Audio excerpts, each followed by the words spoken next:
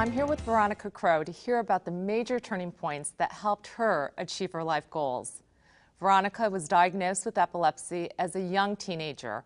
Her neurologist prescribed numerous medications, but none controlled the seizures.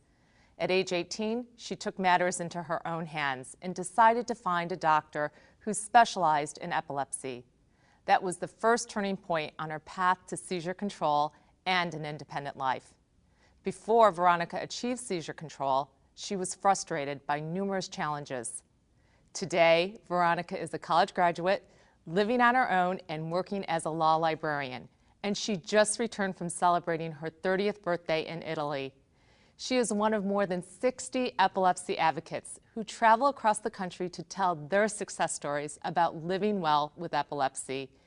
You can learn more about epilepsy and meet other epilepsy advocates at epilepsyadvocate.com and healthywomen.org. Welcome, Veronica. Hi, hello. Thank you for having me.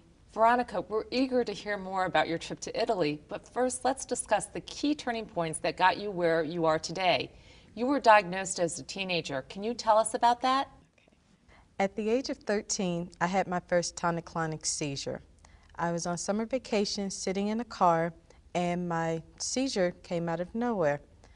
While in the emergency room, the doctor told my mom that I need to see a neurologist. After many months of tests, I was diagnosed with epilepsy at the age of 14. And later on, we found out that I'd actually been having partial seizures for years. When I had those particular seizures, I would look as if I was going into a daze or maybe having a blackout, and I was not able to hear anyone. I would basically be staring, and although I could see, I couldn't really focus on anything in particular. Did you know you were having those seizures? No, no one was aware that they were seizures. People would think, my mom would think that I was ignoring her, but she never fully understood exactly why I was saying I didn't hear you. Once I began high school, I did not feel normal. I did not feel like I was a regular teenager, and I only told 2 close friends about having epilepsy. My mom told my teachers, but they seemed to understand the fact that I wanted to keep this as a secret, so they never said anything to me directly.